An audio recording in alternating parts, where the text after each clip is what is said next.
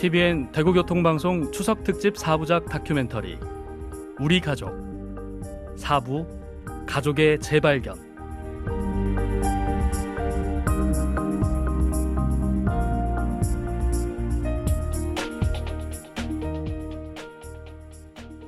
나에게 가족이란 내가 외로울 때 돌봐주는 가족, 쳐다보면 좋은 가족, 또 기다릴 수 있어가 좋은 가족, 챙겨줘도 즐거워서 챙겨주는 거. 저에게 가족은 행복이죠. 돌봐야 되고 그런 사람이었었는데 지금은 동반자라고 생각합니다. 가족은 비타민? 내가 힘들게 일하고 왔을 때 가족들이 반갑게 맞이해 주시는 그런 모습, 오늘 하루도 고생했다는 그런 말을 들었을 때 오늘도 열심히 했구나 하는 자부심이 느껴집니다. 항상 옆에 있었으면 하는 존재. 없으면 이상할 것 같아요.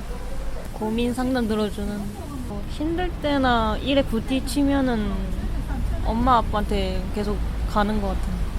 가족은 언제나 기댈 수 있고 따뜻한 존재예요. 진짜 힘들 때 생각나는 게 진짜 가족인 것 같기는 하더라고요. 좀 아프거나 막 이럴 때 특히. 보면 싫고 안 보면 섭섭하고 보면 막 이제 막 계속 같이 있다 보니까요. 보면 좀 귀찮기도 하고 한 번씩. 그런데 또 안 보이면 신경 쓰이고 보고 싶고 그렇죠. 가족은 어떤 면에는 아주 중요한 사람들이지 내한테는.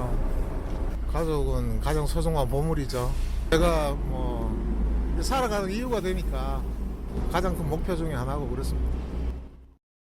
나에게 가족이란 무엇이냐는 질문에 많은 분들이 답을 해줬는데요. 눈에 띄는 건 대부분 가족에 대해 이야기할 때 삶의 의미이자 의지할 수 있는 사람, 내 편 같은 정서적인 부분에 큰 의미를 두고 있다는 겁니다. 그렇습니다. 사실 가족이 있어 좋은 점이라면 혼자가 아니라는 든든함과 함께라는 안정감 아닐까요? 그동안 우리가 만난 분들도 다르지 않았습니다.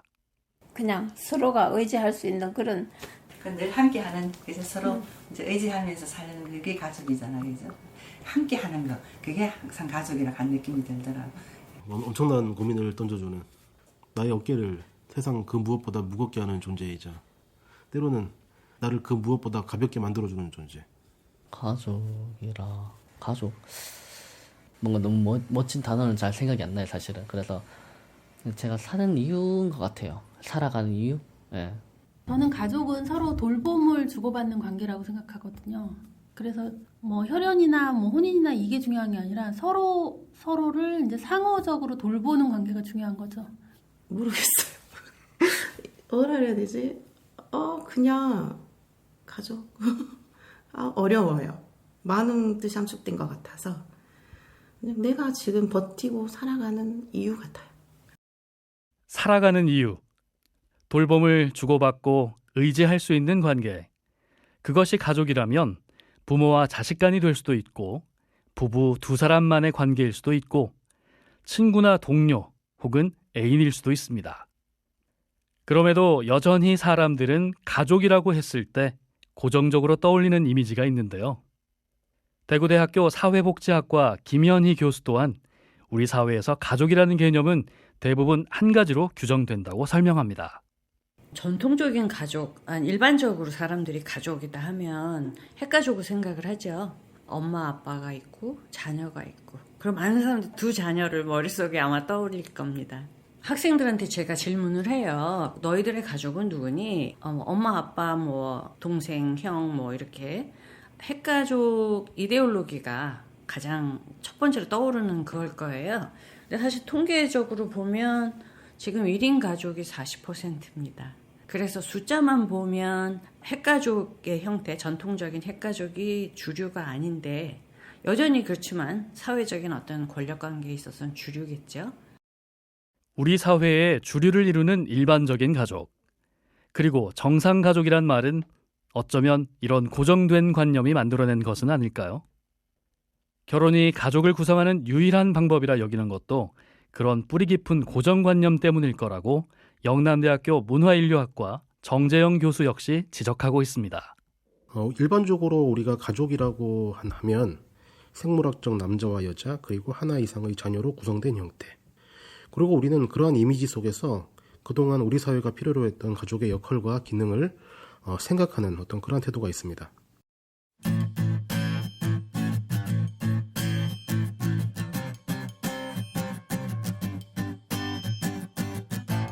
때가 되면 결혼을 하고 아이를 낳고 양육과 교육을 하며 다시 그 아이가 가정을 꾸릴 수 있도록 지원하는 이른바 우리 사회의 가족 생애주기 공식은 깨지고 있습니다.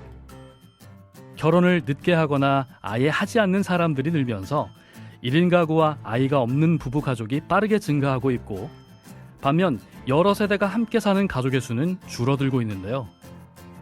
하지만 법적 지원과 제도는 여전히 결혼을 기반으로 한 4인 가족의 중심을 두고 있어서 다양한 가족이 생겨나는 현실을 따라가지 못하는 실정입니다. 기본소득당 용혜인 의원의 말입니다. 네, 사실 우리 국민들은 이미 다양한 형태로 가족을 이루면서 살아가고 있습니다. 그런데 법적으로는 결혼을 통해서만, 그러니까 혼인과 혈연과 입양으로 이루어진 가족만 법적인 가족으로 인정하고 있습니다. 근데 이제 가족의 형태가 굉장히 다양해지고 있고, 과거에 비해서 국민들이 더 이상 결혼을 필수라고 생각하지도 않고요. 실제로 법적인 가족이 아닌 사람들과 함께 살아가는 비친족 가구가 벌써 47만 가구를 넘어섰다고 합니다. 이 가구원은 100만 명을 넘어섰고요. 그러니까 이제는 좀 전통적인 의미의 가족뿐만 아니라 같이 함께 돌보면서 부양하고 살아가는 모든 이들을 사각지대 없이 국가가 최선을 다해서 보호할 수 있도록 해야 된다라는 취지에서 이 생활동반자법을 발의하게 되었습니다. 1인 가구라고 하면 어떤 모습이 떠오르시나요? 나만의 공간에서 자신의 삶을 주체적으로 만들어가는 젊은 층을 많이 생각하는데요. 하지만 저출생과 고령화라는 현실을 감안하면 앞으로 1인 가구의 다수를 차지하는 건 청년층이 아닌 중장년층, 나아가 노년층이 될 가능성이 큽니다. 때문에 자발적이든 비자발적이든 혼자서 살아가는 사람들은 노후의 삶을 생각하지 않을 수 없는데요.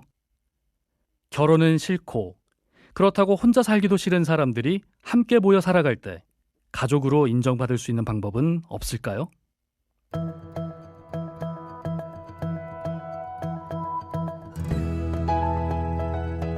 그런 현실적 요구에서 시작된 것이 바로 생활동반자법입니다.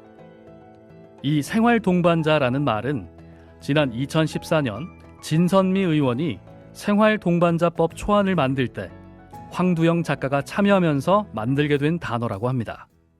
그러니까 뭐 동거를 등록해서 권리를 보장하는 법을 만들자고 했을 때 같이 사는 사람들이라는 뜻을 담았으면 좋겠고, 그러면서도 이게 좀 긍정적인 뉘앙스로 실제로 사람들이 같이 사는 것이 굉장히 좋은 느낌으로 받아들여질 수 있을 만한 워딩을 찾아서 뉘앙스를 좋게 하려고 만들었습니다. 배우자는 아니지만 함께 살고 있고, 피를 나눈 형제는 아니지만 살 부대끼며 살고, 부모와 자식과는 아니지만 서로의 돌봄과 보호자를 자처하는 사람, 생활동반자.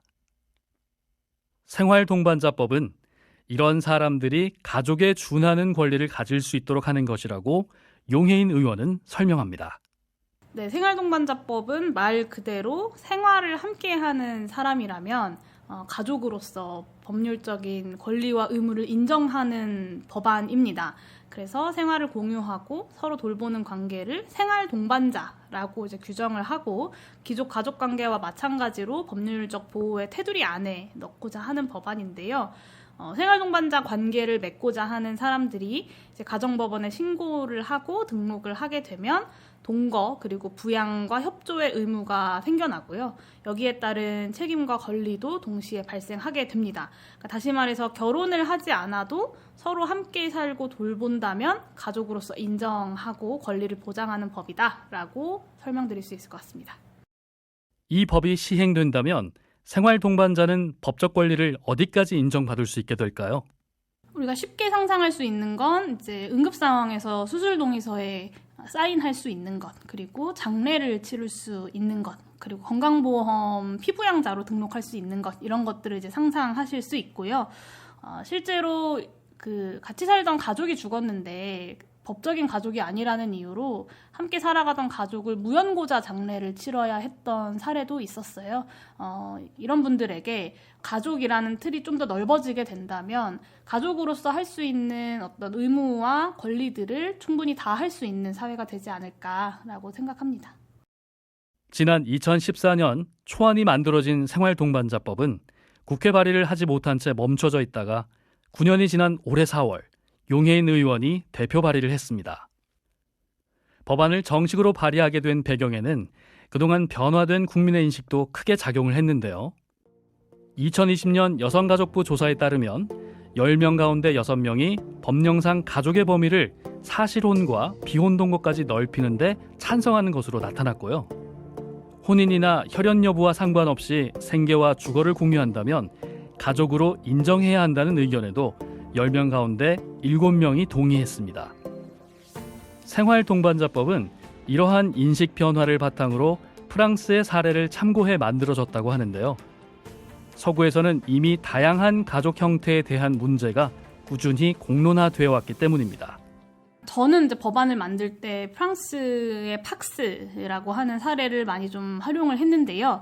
이 혼인에 준하는 시민 결합, 이 생활동반자 관계를 인정하는 국가는 대표적으로 이제 프랑스가 있고, 네덜란드, 벨기에, 룩셈부르크 같은 나라들이 있습니다. 그래서 한 23개 국가에서 이런 관계를 인정하고 있고요.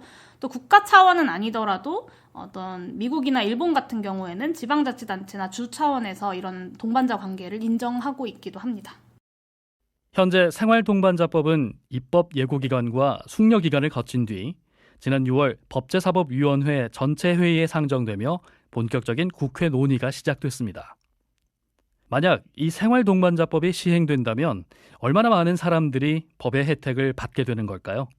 일단 혼인과 혈연 외에 가족을 이루고 살아가는 사람들에 대한 조사가 제대로 이루어져 있지 않아서 통계가 제대로 구축되어 있지 않기 때문에 정확히 추산하기는 어렵습니다만 이제 1인 가구가 급증하고 있는 통계 그리고 비친족 가구 통계를 봤을 때 생활동반자 제도를 이용할 시민들이 적지 않을 것으로 생각이 됩니다.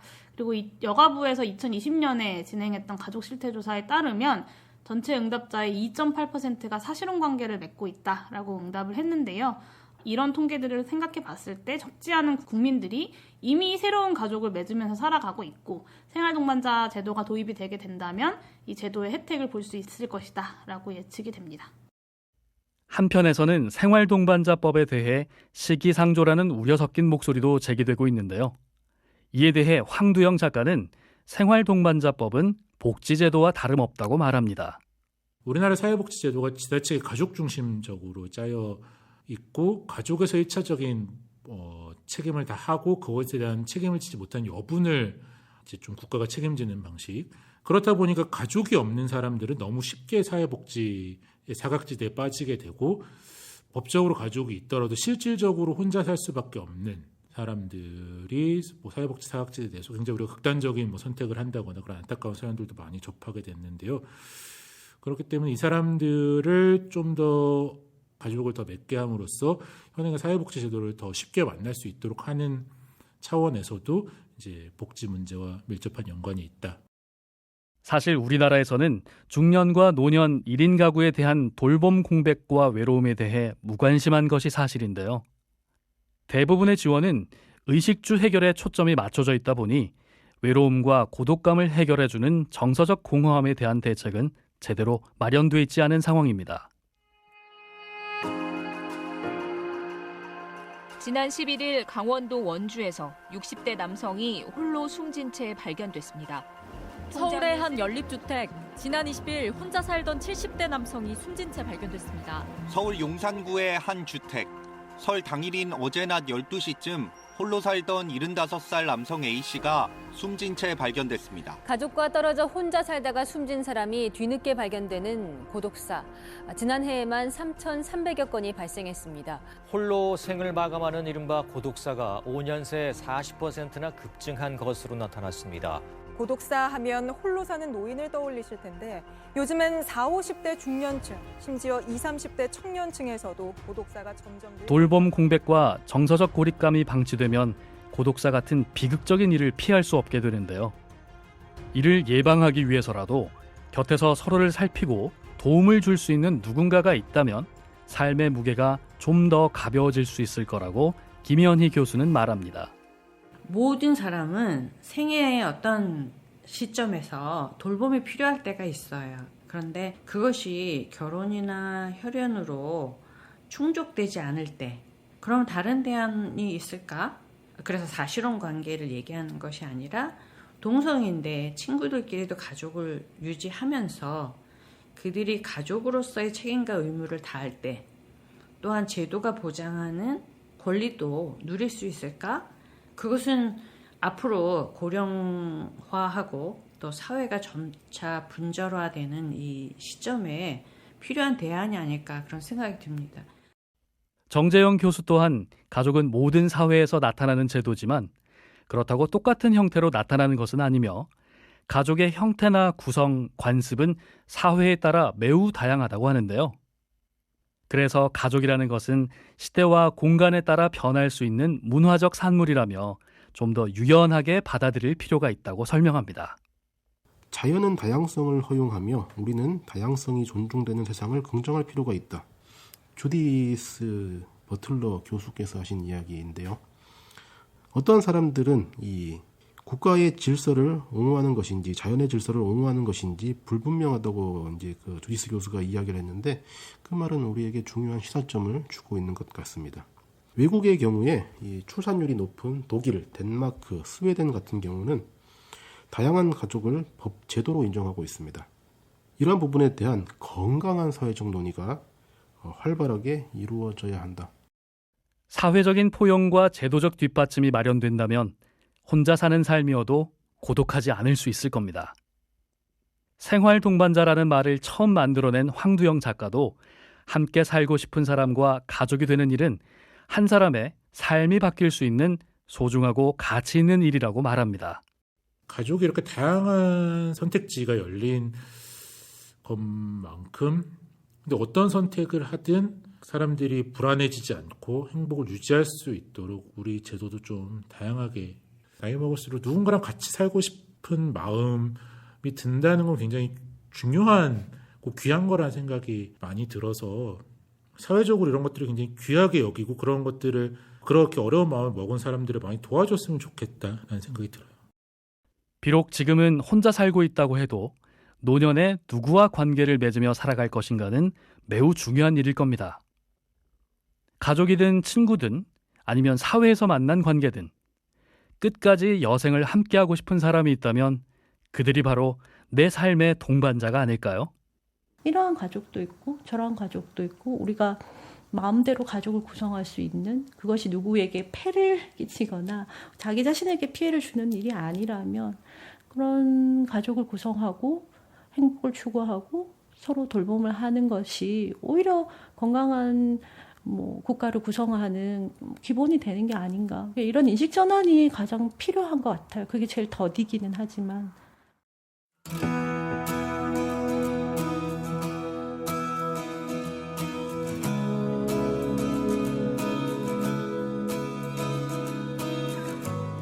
온 가족이 오랜만에 한자리에 모였을 이번 추석.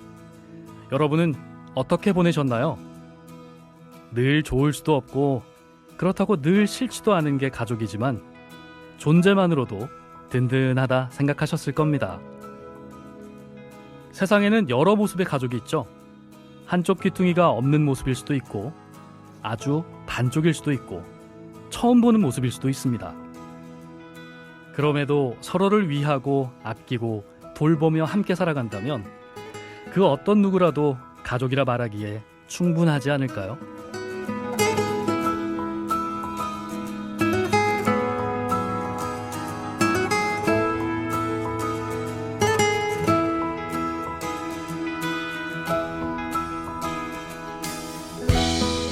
TVN 대구교통방송 추석특집 4부작 다큐멘터리 우리 가족은 여기까지입니다.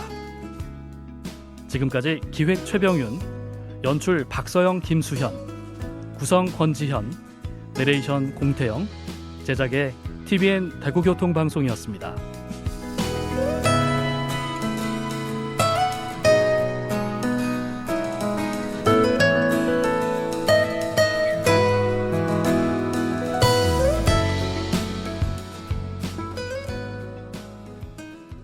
been searching all my life for someone just like you.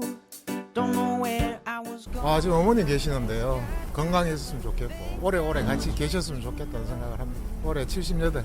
어머니 건강하세요. 여보, 항상 명절마다 제사 음식 준비한다고 수고 많이 하고 한 번도 빠지지 않고 불평 없이 제사 음식 준비해주고 그래서 항상 고마워. 애들한테 항상 자상하고 저한테도 항상 불만 없이 화목하게 그렇게 한다고 봐요. 사랑합니다. 사랑하는 우리 딸들, 엄마는 너희들을 키우게 된 후로 항상 마음이 든든했고 방황하지 않게 됐어. 내 삶에 깊이 뿌리를 내리게 됐고 너희들도 엄마를 그런 든든한 삶의 지지대, 심리적 지지대로 삼아서 바깥으로 마음껏 뛰어오르고 마음껏 도전하길 바란다. 누나들은 이제 나이가 많이 있긴 해. 자꾸 여기 사람도 뭐 나이가 많이 고장나잖아 자꾸. 나이가 물수록 몸 관리를 잘해야지. 몸 관리를 잘하고. 자꾸 누나 큰 누나 건강해. 한이야, 항상 화내서 미안하고 싫어서 그러는 거 아닌 거 알지. 그런데 누나 말도 좀 잘 들어줬으면 좋겠고 이제 3학년이고 내년에 4학년인데 그만 울었으면 좋겠다. 좀 싫다는 게 아니고 눈물이 좀 적고 건강하고 튼튼한 남자 한이가 되어줬으면 좋겠어. 미소는 많이 도와줘서 고맙고 동생 이뻐해줘서 고맙고 미소는 그냥 다 이쁘고 고맙고 그리고 한이한테 잔소리 좀 그만했으면 좋겠고. 저희 딸들이 저기 멀리 있는데 저 부산 창원에 있는데 큰 딸내미는 지금 사업하고 있다고 사업하는데 건강 좀 유의하고 적은 딸내미는 올 추석을 계기로 다이어트 좀 했으면 좋겠습니다. 네, 아들 이름이 주원인데요. 주원이가 건강하고요. 늘 행복한 아이가 되었으면 그게 제일 큰 바람입니다. 무탈하고 평온하게 오손도손 즐겁게 잘 살자. 부모님께 하고 싶습니다. 떨어져 살다 보니까 아무래도 뭐 찾아뵙고 하는 그런 날이 좀 드문데 최대한 기회 되면은 자주 찾아뵐 수 있도록 그렇게 하고 싶습니다. 어머니 아버지 사랑합니다.